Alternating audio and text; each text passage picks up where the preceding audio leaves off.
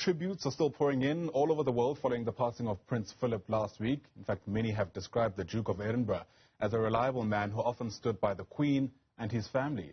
Others, however, have remembered him as a complicated individual, often seen as an outsider. What does this all mean on a day like this, where he's being laid to rest? We start with looking back at the life and times of Prince Philip.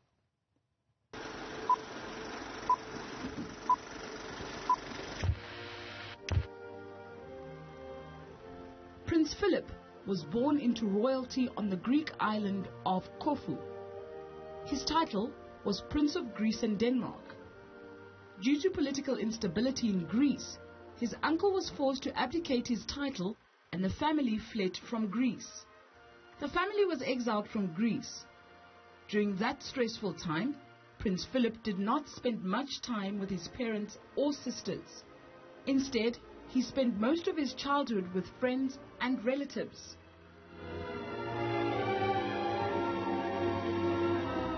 Prince Philip attended school in England under the supervision of his aunts and uncles. After he finished school, he joined the Royal Navy College in Dartmouth, England. It was there that he met his third cousin, Princess Elizabeth. 7 years later, in 1947, Prince Philip and Princess Elizabeth got engaged and were married later that year in November. After his marriage to Princess Elizabeth, Prince Philip was bestowed with the titles Duke of Edinburgh, Earl of Merioneth, and Baron Greenwich. Prince Philip and Queen Elizabeth had 4 children: Prince Charles, Princess Anne, Prince Andrew, and Prince Edward. Although Prince Philip has often been described as an upright man, completely devoted to the Queen, his legacy has also been met with a lot of controversy relating to inappropriate comment on race and gender. On one occasion in 1986, while on a visit to China, Prince Philip described Beijing as ghastly. He also told British students, "If you stay here much longer, you will all be slitty-eyed." Prince Philip officially retired from his royal duties in 2017 after joking that he could no longer stand up. His health has been of great concern, and earlier this year he was hospitalized. He was discharged on the 16th of March, but unfortunately his health did not improve and he passed away 3 weeks later on the 9th of April.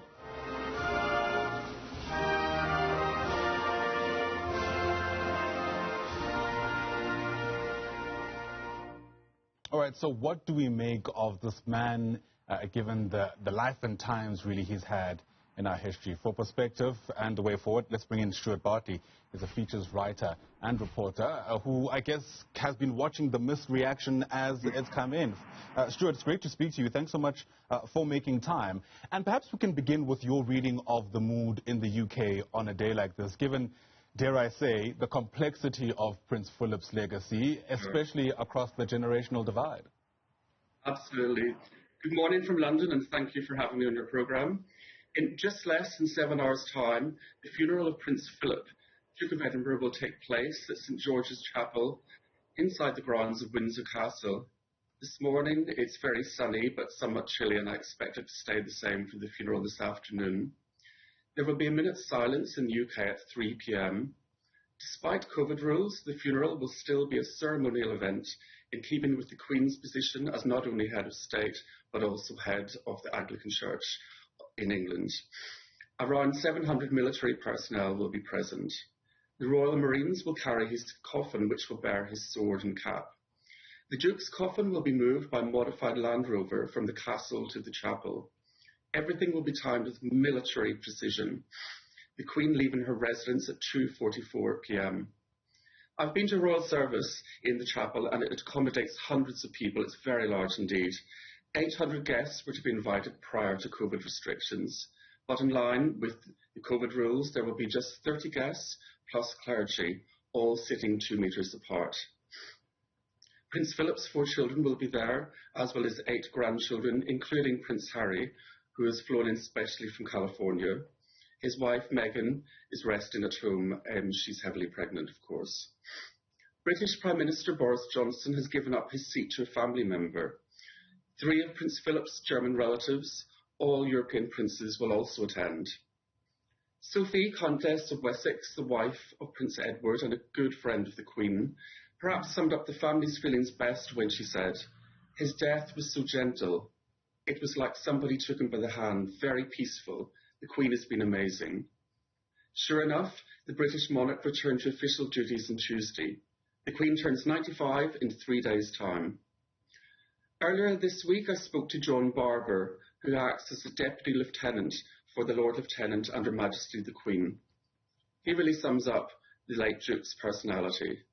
His Royal Highness Prince Philip was always fun and entertaining, just like Her Majesty, who has a wonderful wit. Right.